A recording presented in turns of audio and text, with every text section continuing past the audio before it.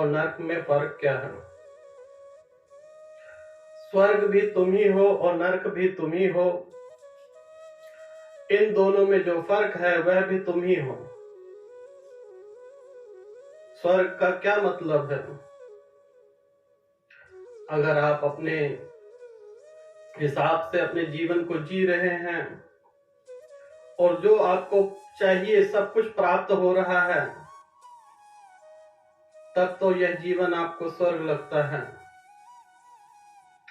अगर आपके जीवन में वह चीज आपको नहीं प्राप्त हुआ तो आपको ऐसा लगता है कि यह जीवन नरक बन गया है। ना तो स्वर्ग किसी भूखंड का हिस्सा है और ना नरक। यह दोनों मनुष्य के दिमाग की सोच है, उपज है। अगर उसे स्वर्ग की प्राप्ति करनी है तो उसे अपना नजरिया बदलना पड़ेगा। दुख में भी जो सुख ढूंढ लेते हैं उनका जीवन स्वर्ग से कम नहीं होता। एक राजन थे, बहुत दिनों से परेशान थे। रात्रि को उनको नींद नहीं आती थी। एक हफ्ते से लगातार वह सोए नहीं। मंत्रीगण को बुलाया गया। मंत्रीगण चिकित्सक को लेके आए, वैद्य को। वैद्य ने कहा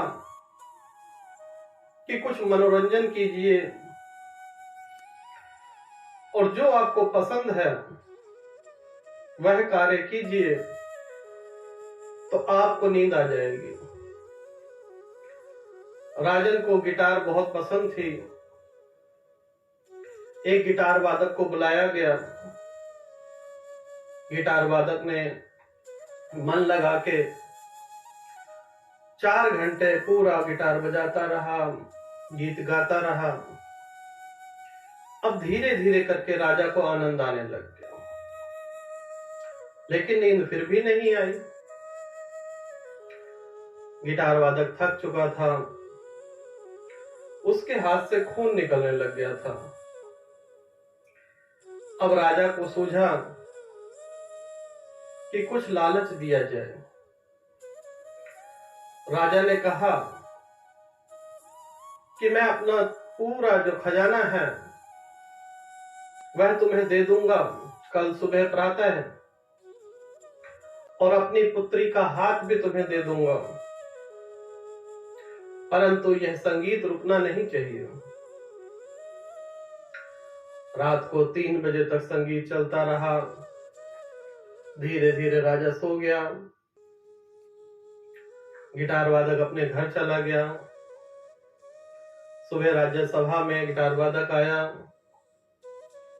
गिटार वादक ने कहा, महाराज प्रणाम। राजा ने भी गिटार वादक को प्रणाम किया और पूछने लगा कैसे आना हुआ। गिटार वादक कहने लगा कि रात्रि को आपने मुझे वचन दिया था कि मैं अपनी पुत्री का विवाह तुम्हारे साथ करा दूंगा और अपने खजाने के हीरे जवाहरात भी तुम्हें दे दूंगा। राजन ने कहा कि मुझे नींद नहीं आ रही थी, इसलिए मैंने तुम्हें एक लालच दिया। उस लालच के चक्कर में तुमने इतना मधुर संगीत बजाया जिससे मुझे नींद आ गई। रात गई बात गई। तुम पागल तो नहीं हो कि मैं अपनी फूल सी राजकुमारी का हाथ तुम्हारे हाथ में दे दूंगा? चले जाओ यहां से मूर्ख। उसी प्रकार से मनुष्य को जो है स्वर्ग के दर्शन होते हैं। जब उसे सुख मिलता है तो वह सोचता है कि इससे बढ़िया तो स्वर्ग हो ही नहीं सकता। परंतु जरा सा दुख पड़ता है तो टूट जाता है, सोचने लग जाता है कि यही नरक है। एक बार एक संत से प्रजा ने प्रश्न किया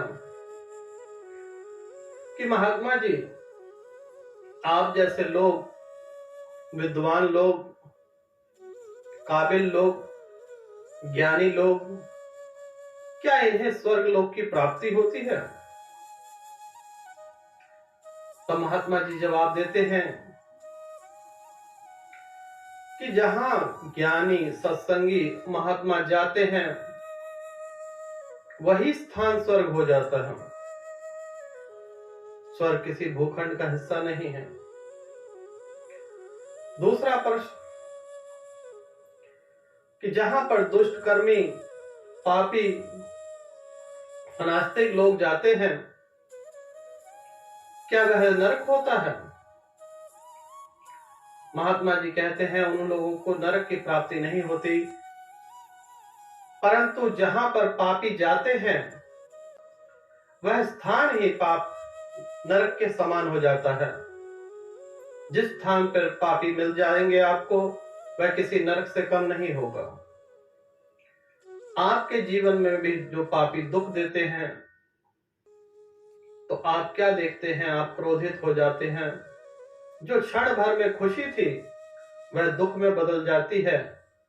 ऐसे पापी जहां पर होंगे वह नरक के समान ही होता है, परंतु इनको भी बदला जा सकता है।